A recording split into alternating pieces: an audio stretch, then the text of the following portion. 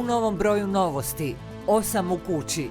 Analiziramo kampanje i izglede za plasman 8 kandidata na predsjedničkim izborima, utjecaj Državnog odvjetništva RH na tekuću kampanju i politički život, te ulogu različitih aktera u onome što bi gradonačelnika Zagreba i njegove suradnike moglo čekati u idućih nekoliko mjeseci. Građanske patrole u Istri. Jesu li pulske puntere neiživljeni postadolescenti ili prijetnja sigurnosti stranih radnika? Državno financirana laž. Plenkovićeva vlada financirala je izradu dokumentarca Jakova Sedlara u kojem se negiraju ratni zločini u Lori. Vlada je Sedlaru izdala i dozvolu za snimanje kadrova na lokaciji bivšeg vojnog zatvora. Premijera je održana u domu HV-a u Lori. Ministri Tomo Medved i Ivan Anušić najodgovorniji su državni protagonisti ovog skandala. Čitajte novosti.